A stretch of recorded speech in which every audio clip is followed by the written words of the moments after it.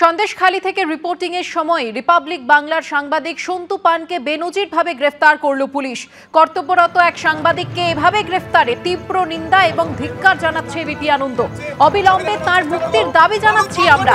বসিরহাটের এসপির দাবি, এক মহিলার অভিযোগের প্রেক্ষিতে গ্রেফতার করা হয়েছে সাংবাদিক সন্তু পানকে। কিন্তু প্রশ্ন একটাই, কোনো তদন্তের আগে কোনো নোটিশ না পাঠিয়েই এক কর্তব্যরত সাংবাদিককে তড়িঘড়ি এভাবে গ্রেফতার করা হলো কেন?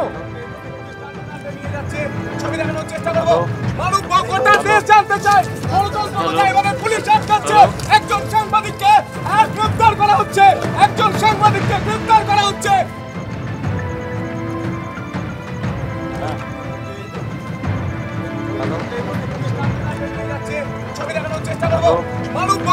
দেশ জানতে চায়, পুলিশ আটকাচ্ছে, একজন সাংবাদিককে গ্রেফতার করা হচ্ছে, একজন সাংবাদিককে গ্রেফতার করা হচ্ছে। কলকাতা পুরসভার বাজেট অধিবেশনেও সন্দেশখালী আজ। সোমবার তৃণমূল কাউন্সিলররা অধিবেশনে বক্তব্য রাখার সময় সন্দেশখালীর প্রসঙ্গ টেনে সরব হন বিজেপি কাউন্সিলররা। বিজেপি কাউন্সিলর বিজয় ওঝা যখন সন্দেশখালী ইস্যুতে তৃণমূলকে খোঁচা দেন, তারপর মেয়র পারিষদ তারক সিং আবার সন্দেশখালীর দায় চাপান ইডির ঘাড়ে। সন্দেশখালী কাণ্ড নিয়ে রাজ্য রাজনীতিতে তোলপাড় চলছে। সোমবার কলকাতা পুরসভার বাজেট অধিবেশনেও বারবার উঠে এলো সন্দেশখালীর প্রসঙ্গ। কার্যত বাগযুদ্ধে জড়ালেন তৃণমূল ও বিজেপি কাউন্সিলররা। সোমবার তৃণমূল কাউন্সিলর মিতালি চট্টোপাধ্যায় সামাজিক প্রকল্প নিয়ে বক্তব্য রাখার সময় সন্দেশখালীর প্রসঙ্গ টেনে সরব হন বিজেপি কাউন্সিলররা। এরপর বিজেপি কাউন্সিলর বিজয় ওঝা তার বক্তব্যের শেষ অংশে সন্দেশখালীর প্রসঙ্গ টেনে সরব হন। তিনি বলেন, নির্ভয়া আলো প্রকল্প কলকাতা না দিয়ে সন্দেশখালীতে দেওয়া উচিত।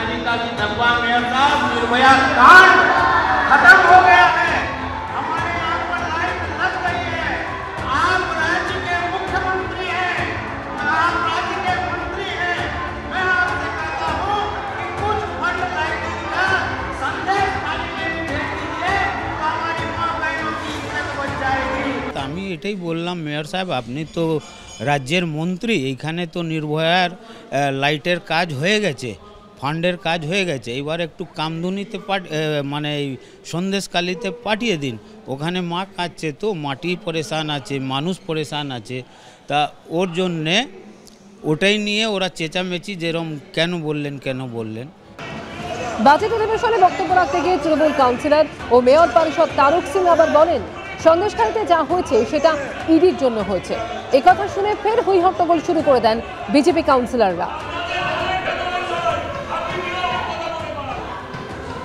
সন্দেশখালীর যে ঘটনা, সেই ঘটনা ঘটেছে টোটাল ইডির জন্য। তারা যে রেড মারতে গেছে তার অধিকার আছে, সাংবিধানিক অধিকার, সুপ্রিম কোর্টের অর্ডার, তারা যেতে পারে। কিন্তু সুপ্রিম কোর্ট এটা তো বলেনি যে পার্সনকে না পেলে তার ঘরের তালা ভেঙে দাও, সিল করে দিতে পারত, লোককে উইটনেস করতে পারত, যেটা পরে করেছে। কেন করেনি? রাজ্য প্রশাসনকে কেন বলেনি? তাহলে এই ঘটনাটা ঘটতো না। সন্দেশখালী কাণ্ডের আজ কলকাতা থেকে পৌঁছে গেছে দিল্লি অবধি। এবার সেই ঘটনার আছে সরগরম হয়ে উঠল কলকাতা পুরসভার অধিবেশনও। অর্ণব মুখোপাধ্যায়ের রিপোর্ট, এবিপি আনন্দ, কলকাতা।